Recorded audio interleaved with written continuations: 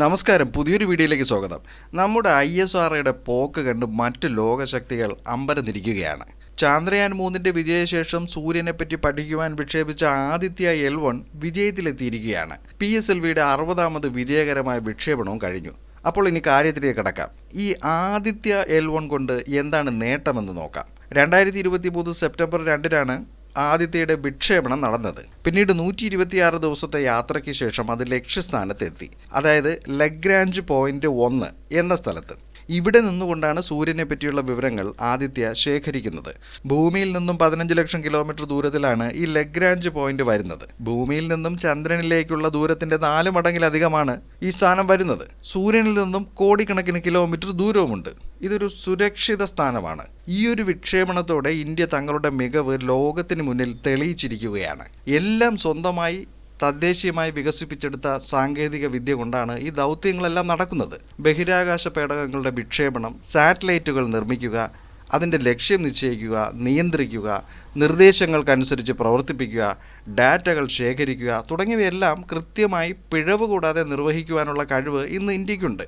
ഈ Lagrange point എന്ന് പറയുന്ന സ്ഥാനത്തിരുന്നു കൊണ്ട് ആദിത്യ ഉപഗ്രഹത്തിന് മറ്റ് തടസ്സങ്ങളില്ലാതെ സൂര്യനെ വീക്ഷിക്കുവാൻ കഴിയും. ഇത് ഒരു സുസ്ഥിരമായ സ്ഥലമാണ്. ഭൂമിയിലേക്ക് വരുന്ന സൗരവാതങ്ങൾ, മറ്റു വികിരണങ്ങൾ അതെല്ലാം വളരെ വിനാശകരങ്ങളായതാണ്. ഭൂമിയിലെ ജീവജാലങ്ങൾക്കും മറ്റു എല്ലാവിധ സാങ്കേതിക ഇലക്ട്രോണിക് ഉപകരണങ്ങൾക്കും ഇത് വലിയൊരു ഭീഷണിയാണ്. ഇതിനെക്കുറിച്ച് പഠിക്കുവാനും മുന്നറിയിപ്പ് നൽകുവാനും ആദിത്യയ്ക്ക് കഴിയും. സൂര്യനെക്കുറിച്ച് പഠിക്കുന്നത് കൊണ്ട് എന്ത് നേട്ടമെന്ന് ചോദിച്ചാൽ നിരവധി ഉത്തരങ്ങളുണ്ട്. ഈ പഠനത്തിലൂടെ പ്രപഞ്ചത്തിലെ മറ്റു രഹസ്യങ്ങളെക്കുറിച്ച് അറിയുവാനും നക്ഷത്രങ്ങളെക്കുറിച്ചും ഗാലക്സികളെക്കുറിച്ചും സൗരവികിരണങ്ങളെക്കുറിച്ചും മനസ്സിലാക്കുവാനും അത് നാളെ ഭൂമിയിൽ ഉണ്ടാക്കുവാൻ പോകുന്ന പ്രതിഭാസങ്ങളെക്കുറിച്ച് പഠിക്കുവാനുമൊക്കെ ഈ വിവരങ്ങൾ സഹായിക്കും. സൂര്യനിൽ നിന്നും പലതരത്തിലുള്ള വികിരണങ്ങളാണ് ഭൂമിയിലെത്തുന്നത്.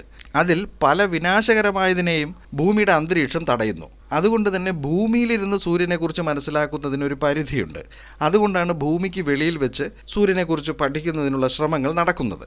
സൂര്യനിൽ നിന്നും വരുന്ന സൗരവാതങ്ങളും കൊറോണൽ മാസ് ഇജക്ഷനുകളും വളരെയധികം പേടിക്കേണ്ട ഒന്നാണ്. കാരണം ഇന്ന് ഭൂമിയിലെ മുഴുവൻ വാർത്താവിനിമയ സംവിധാനങ്ങളെയും ഉപഗ്രഹങ്ങളെയും GPS സിഗ്നലുകളെയും ഭൂമിയുടെ കാന്തിക വലയത്തെയും കണ്ണടച്ചു തുറക്കും മുമ്പ് തന്നെ ഗുരുതരമായി ബാധിക്കുവാൻ ഇവയ്ക്ക് കഴിയും.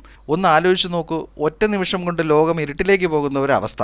ഇതൊക്കെ വളരെ നേരത്തെ തിരിച്ചറിഞ്ഞ് വേണ്ട മുൻകരുതലുകൾ എടുക്കുവാൻ ആദിത്യ ശേഖരിക്കുന്ന വിവരങ്ങൾ ഭൂമിയിലെ ശാസ്ത്രജ്ഞന്മാർക്ക് ഉപകരിക്കപ്പെടും. ഇന്ത്യ ശേഖരിക്കുന്ന ഡാറ്റകൾ മറ്റെല്ലാ രാജ്യങ്ങൾക്കും സുതാര്യമായി ഉപയോഗിക്കാനുള്ള സൗകര്യമാണ് ഇപ്പോൾ നടത്തിയിരിക്കുന്നത്. ഇതുകൂടാതെ സൂര്യനുമായി ബന്ധപ്പെട്ട മറ്റ് നിരവധി പ്രത്യേകതകൾ, സൂര്യൻ്റെ ഘടന, സൂര്യനുള്ളിൽ നടക്കുന്ന സ്ഫോടനങ്ങൾ, റേഡിയേഷനുകൾ എന്നിവയെക്കുറിച്ചെല്ലാം ആദിത്യയ്ക്ക് പഠിക്കുവാൻ കഴിയും. പിന്നെ മറ്റൊരു നേട്ടം മറ്റു രാജ്യങ്ങളുമായി ഉണ്ടാകുന്ന സഹകരണമാണ്. ഇന്ത്യയുടെ ബഹിരാകാശ പദ്ധതികളുമായി സഹകരിക്കുവാനും വിവരങ്ങൾ കൈമാറുവാനും കൂടുതൽ മെച്ചപ്പെട്ട ഗവേഷണങ്ങളും കണ്ടുപിടുത്തങ്ങളും ഉണ്ടാകുവാനും നിക്ഷേപങ്ങൾ നടത്തുവാനും ഈ പ്രോജക്റ്റ് സഹായിക്കും എന്നുള്ളതാണ്. ഇപ്പോൾ തന്നെ നാസയും യൂറോപ്യൻ സ്പേസ് ഏജൻസിയും ഇന്ത്യയുമായി സഹകരിച്ച് പ്രവർത്തിച്ചു വരികയാണ്. ബഹിരാകാശത്ത് എത്തിച്ചേരുന്ന ആസ്ട്രോനോട്ടുകൾ അഥവാ യാത്രികർക്ക് അവരുടെ സുരക്ഷയിൽ ഈ വിവരങ്ങൾ വളരെ നിർണായകമായതാണ്. കോടിക്കണക്കിന് തുക മുടക്കി വിക്ഷേപിക്കപ്പെട്ട 10,000-കണക്കിന് ഉപഗ്രഹങ്ങളാണ് ഭൂമിക്ക് ചുറ്റും വലയം ചെയ്തുകൊണ്ടിരിക്കുന്നത്.